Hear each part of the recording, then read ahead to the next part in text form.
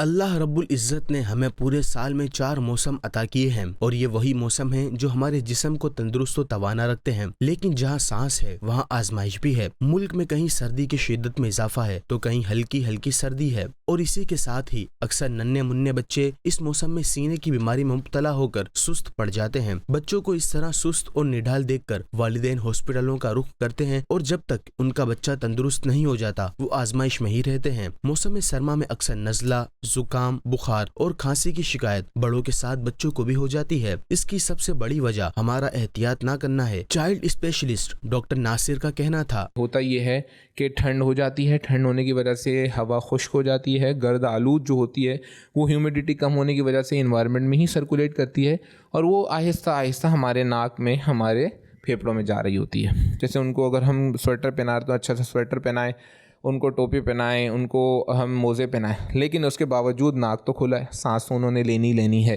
तो इसके लिए ये हम मशवरा देते हैं अपने पेशेंट्स को भी जो हमारे पास आते हैं, ख़ास तौर पर सर्दियों में, कि वो स्टीम ज़रूर लें। पानी गर्म की जो भाप आ रही है सिर्फ वो भाप बच्चों को इन्हेल करने के लिए दें ताकि हमारा जो इफ़ेक्ट है वो काउंटर हो जाए।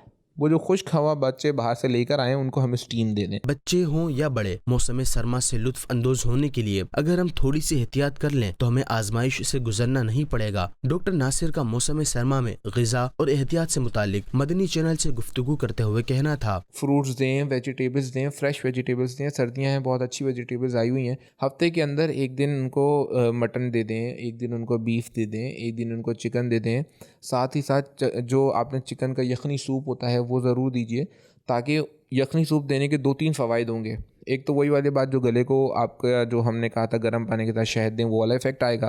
दूसरा ये कि उसमें प्रोटीन भी होता है तो वो बच्चों की इम्यूनिटी को स्ट्रॉन्ग करता है। मदनी चैनल के नाज़रीन, बच्चे की निगहदाश्त करते हुए इस अमर का भी खास ख्याल रखें कि मुसलसल गर्म मलबूसात ना पहनाए जाएं क्योंकि ठंडे पसीने आने की वजह से बच्चे को ठंड लग सकती है और वो सीने की बीमारी में मुब्तला हो सकता है।